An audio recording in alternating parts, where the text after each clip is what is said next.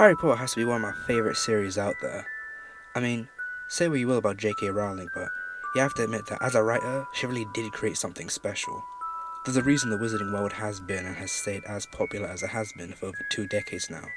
The series just fills you with such a feeling of magic and fun that it always puts a smile on my face.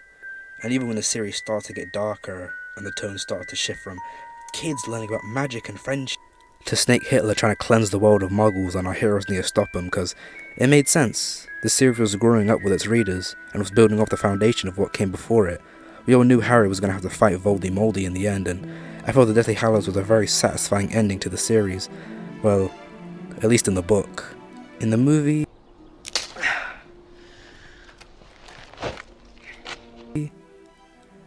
yeah, not so much. But we're not here to talk about that today. No, what I'd like to focus on is an aspect of the series that I feel goes very overlooked. The book covers.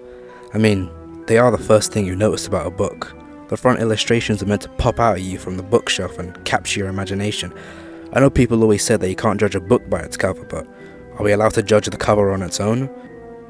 And the Harry Potter series has always had many different covers over the years by many talented artists, and I feel it's time to really take a closer look at them, to see which ones offer the best depiction of the series and the individual books themselves. And I'll also be giving my personal favourite covers for each book as we go along.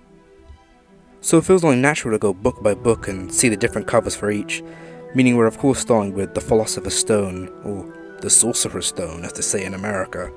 So let's start with the first cover ever with the British cover by Thomas Taylor. Now first of all, I think we can all agree that this cover art is iconic. I mean, this is the first depiction of Harry Potter ever, and there's something really admirable about that, having to draw this character just from the way he's described in the text and having no other form of reference to go off of. And I also like the way the Hogwarts Express looks on this, what with the purple smoke and stuff. And it even has this nice drawing of Dumbledore on the back holding his Deluminator. But hey, did you guys know that in the original publication of the book, it had this random ass wizard guy on the back? Like, I looked it up and apparently Taylor was asked to draw a random wizard on the back, and so he did, but later was asked to redraw it because the readers kept getting confused on who exactly this was supposed to be, because his appearance didn't match any of the characters in the book. So, he was replaced by Dumbledore in later editions. But with all that being said, I have to say that this cover is definitely not one of my favourites.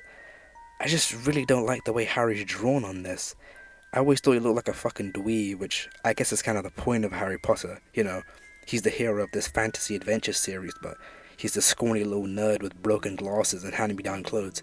He's not supposed to look heroic, but I don't know, mate, I just don't like it. He doesn't look like Harry Potter to me. He looks more like a character from Revenge of the Nerds. He just doesn't look 11 to me. Anyway, after that, we have the original American Sorcerer's Stone cover by Mary Grand Prix. And you know, aside from the title, this cover is perfect to me. I mean, I don't even really hate the Sorcerer's Stone that much. I just think it's kind of stupid to change the name for American kids. But this cover does have everything a good cover should. It shows the main character Harry smack dab in the center of the action. It has little Easter eggs and plot points from the book in it, like Fluffy in the castle and the unicorn running into the Forbidden Forest, Harry catching a snitch, a bludger. There's just so much going on here. The only thing I can really think about to complain is how Harry is wearing regular clothes when he's clearly in the middle of a Quidditch match. That doesn't make very much sense, but aside from that, this is a grade A cover. After that, we have the 2010 Clem McKinsky version for the signature edition, and as you can see, there's not a lot going on in this cover. But I kind of like that. It's kind of a running theme with McKinsky's covers to keep things nice and simple, with only one thing or moment from the book surrounded by white. This is probably due to the fact that these covers came out after the books had finished, and people already knew what Harry Potter was about at this point. Unlike the first two covers that really had to catch the reader's eye, this is simply a nice illustration of a scene we all remember, either from the book or the movie, the chess game. So yeah, this cover is good, but I'd still prefer the first two over it. And lastly, for the first round, we have the 2014 edition by Johnny Duddle. And this is a really good cover we got here. I really like how Hagrid is designed on this one, what with his big hair and overcoat, and also really like how Harry looks on this too. He looks more like how I imagined Harry to look, and he actually looks like an 11-year-old here, instead of like fucking McLovin like the other cover looked. This cover only has one colour, that being purple, which is a running theme for all of Duddle's cover. It also depicts an iconic scene with the first year sailing the boat to the castle. All in all, a class art of a cover, and I'd put it above the Taylor one and the Malinsky one, and right under the American version. Now we're on to the Chamber of Secrets, and back with the original British cover, this one being drawn by Cliff Wright. Here we can see Harry, Ron and Hedwig flying in Mr. Weasley's car, because that little shit Dobby closed the barriers at King Cross. But anyway, I really do like this cover. First, it's a very iconic scene that doesn't spoil the climax, a problem which the other covers have. I also like how Ron and Hedwig are drawn here, very accurate depictions. Harry, on the other hand, not so much. Also, this may be unintentional, but I like how it looks like the car is part of the sky, what with the clouds on it and stuff. I guess this must have been before the invisibility booster broke, huh? Oh no! The invisibility booster must be faulty! Anyway, this is all around a great cover. Next on the chopping block is the American version, once again drawn by Mary Grand Prix, and Mary hits out of the park for me one more time. I know some people don't really like this one, but it really has a soft spot for me. I like how Harry and Fawkes are drawn on this one, and I also like the way the actual Chamber of Secrets is drawn too, what with the snake covered columns. But I do have a problem with the basilisk being on the cover, like, it really does spoil the climax, don't you think? Like, imagine you're reading the book for the first time, and like, you're reading it, and people are being attacked, and just talk about some monster being locked up in the Chamber of Secrets, and instead of wondering what the monster could be, you're thinking to yourself, oh, it's probably that giant snake on the cover. You know what I mean? There's no suspense, there's no mystery, there's nothing. Also, I don't know what sword that is, but it's definitely not the sword of Gryffindor. Next, the Maklinski edition, and once again, really simple, but also very nice. I like the big old basilisk drawn in with a sorting hat on the end. And I don't have much of a problem with this cover showing the basilisk on it, because at least it doesn't show the actual climax with Harry fighting it and stuff. So anyway, the next one is, oh come on. Seriously, this one is even worse than the other one. At least that one took place after the battle. This one is literally in the heat of the fight. Like, I'm sorry to keep going on and on about this, but imagine this being your first time reading Harry Potter, and you just finished the first one, and now you're on to the second one, and the cover just spoils the whole thing for you. But aside from all that bullshit, this is a pretty cool cover. It being in the heat of the action is really nice, once you've ignored my previous complaints. I like how Harry's drawn on this, and having folks peck out the basilisk's eyes is a nice touch. All in all, a nice cover. I put it right, Grand Prix, Duddle, and then Maklinski. Ooh, spooky. It's Prisoner of Azkaban. Okay, so the British version, once again done by Cliff Wright. It shows a scene of Harry and Hermione flying on Buckbeak. I like how in the second one we have Harry and Ron, and now here we have Harry and Hermione. It's nice. It's like poetry, so if they rhyme. The full moon in the background is a nice touch as well. Obviously it doesn't mean much going into the book, but once you find out there's a werewolf, you're like, oh. I don't know why, but it looks like Buckbeak's really pissed, like he hates having these two riding on him. I like the way Harry and Hermione are drawn on this. It seems like Wright really fixed up since the last one. Anyway, cool cover. So next up is this one, which is basically the same as the last one, what with Hermione and Harry riding on Buckbeak. The only difference is that you can see Sirius locked up in the tower. Also, Buckbeak looks a lot happier on this one. I don't know what was going on with him in the last one. I like how you can see Wormtail on the side, just chilling. Like, isn't he supposed to be on the run? To think he was right there and nobody noticed. Anyway, because this one is so similar to the first one, it's kind of fun to compare the two, like how Hermione and Harry are drawn on both of these. It's fun to see two artists' different illustrations of the same scene. Now for the Maklinski and... ooh, very nice. Once again, I appreciate the simplicity, what with just the bare bonesness of this. The darkness of the Dementors contrasted with the glowing brightness of the Patronus really creates a chilling mood, perfect for Prisoner of Azkaban. And to end off this round, we have the Johnny Duddle version, and wow. Just wow. What a grand piece of art this is. The cold blue environment filled with Dementors, engulfing the cover with darkness, with Harry's Patronus blazing through the center, filling the cover with light to stave off the ghoulish attackers. Harry standing heroically as he saves his past self and Sirius is just a great touch. Easily my favourite of Duddle so far, and my favourite for book 3. And with that being said, on to Goblet of Fire. Starting with the British version, this time by artist Giles Greenford, it shows Harry barely escaping the breath of the Hungarian Horntail in the first task. And I understand the love for this cover, very much so. The dragon looks really menacing and it really grabs your attention quick, which is a sign of any good cover. And it taking place in the heat of the action is cool too. But I don't know, it just doesn't sit right with me. I don't understand it myself, but I kinda just don't find it aesthetically pleasing. It's a great cover, don't get me wrong, but just not one of my favourites. On the flip side, we have the American version, which some people don't like, but I really do. The thing is that this cover is very deceiving with the way it's presented. You know that The Goblet of Fire is a pretty dark book and is the turning point in the series, But just by judging it by this cover, you wouldn't think that. It's this bright shade of green. We have all the champions surrounding Harry, who himself is holding the golden egg. Dog Sirius is poking his head out, with the horn tail stretching across the bottom, all with Harry having this great smile on him. It's very deceptively cheery and makes the reader think that this is just going to be another fun and magic-filled Harry Potter book. But man, were they in for a hell of a shock when shit went south. But aside from that, there is still fun to be found in Goblet of Fire, which I feel is very much illustrated in this cover. Moving on swiftly to the Maklinski edition, we have this very ominous drawing of the Dark Mark. Not very much to say than very spooky. It only double shows us the same scene as the first, and between the two, even though I don't really like the first one, it's definitely better looking than this. For me, it just doesn't sit right. I don't like the way the dragons are drawn on here. It's just too chunky for my liking. It's not anything bad, but it could be better. It's going on the bottom of the list. Okay, Order of the Phoenix. The first one is the British one by fucking Jason Cockcroft. What a legendary name right there. But as for the actual cover, it's a bit lackluster for me. Don't get me wrong, it's a great looking cover, with the phoenix all gold and burning. It's really nice. But what exactly does this have to do with the book? I mean, yeah, I get it. Order of the Phoenix, so put a phoenix on the cover. Haha, makes a lot of sense. But the Order of the Phoenix is just the name of the order. Phoenixes don't have any actual importance to the story. I feel every cover should have some representation of the book in question, which, up to this point, everyone has. But this one just doesn't do it for me. But it is still a really nice piece of art. Good on you, Jason Cockcroft. Across the pond in America, they got this cover instead.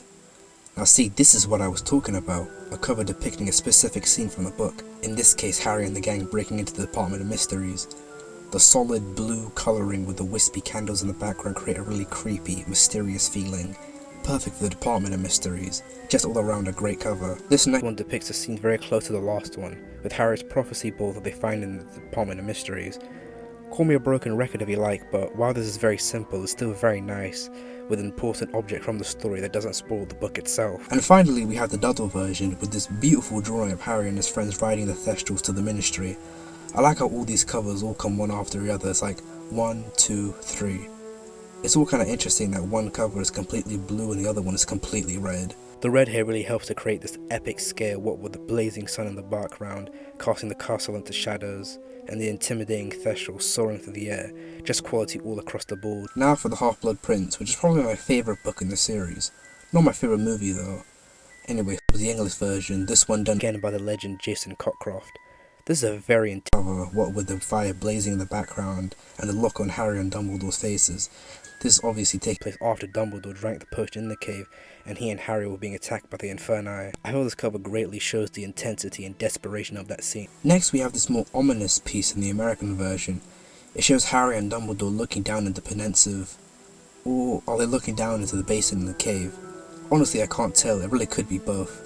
But anyway, like the one before it, this one has one solid colour, this time being green, creating this really uneasy feeling of danger lurking just right around the corner. Very fitting for the Half-Blood Prince. Next up is the Maklinski version, with this drawing of Harry and Dumbledore on the shore next to the cave. For some reason, this one just doesn't do it for me. It could be that all the ones that came before it in this edition had a lot less detail, and I liked them when they were more simple. And finally, the Duddle one, which just like the first one has Harry and Dumbledore fending off the Inferni, except here we can actually see them. And man, are they ugly. I really like this one. It has the same intense feeling as the British cover, but with a greater sense of action. All in all, a great cover. We finally made it to the end, with the Deathly Hallows, which in my opinion was a very satisfying ending to the series. So let's see if these covers can stand up to the challenge. First we have the final cover from the British version, and wow did they decide to go out with a bang. This just might be my favourite cover from the whole edition. We see here Harry, Ron and Hermione breaking into the Lestrange's vault at Gringotts, with all duplicating treasure flooding the place. It's a great scene to have for the cover. It's an intense action-packed sequence, but it also doesn't spoil the climax. It's just one of the many great set pieces from the Deathly Hallows. This cover was once again done by Jason Cockcroft, and he did an amazing job. The terrified looks on Hermione and Ron's faces really sell the desperation, and all the gold and silver really adds a splash of colour to the scene. Imagine getting killed by falling treasure. What a way to go. I don't really know what else to say, except I really love this cover. Great job, Cockcroft. Great way to send off the series here in the UK. Over in America, they got this cover instead. And I don't know, this one just seems really lackluster for me. It's just Harry standing with his hand up waiting to catch the Elder One. It's just nothing really special about it, especially for the last book. I feel like they could have done a lot more with this. I do like how Harry looks on this, but aside from that, it looks like America's going out with a whimper instead of a bang. We have the McClinsky version, and I feel like she really did decide to do her own thing again. We see here the cemetery at Godric's Hollow when Harry and Hermione decide to visit it at Christmas.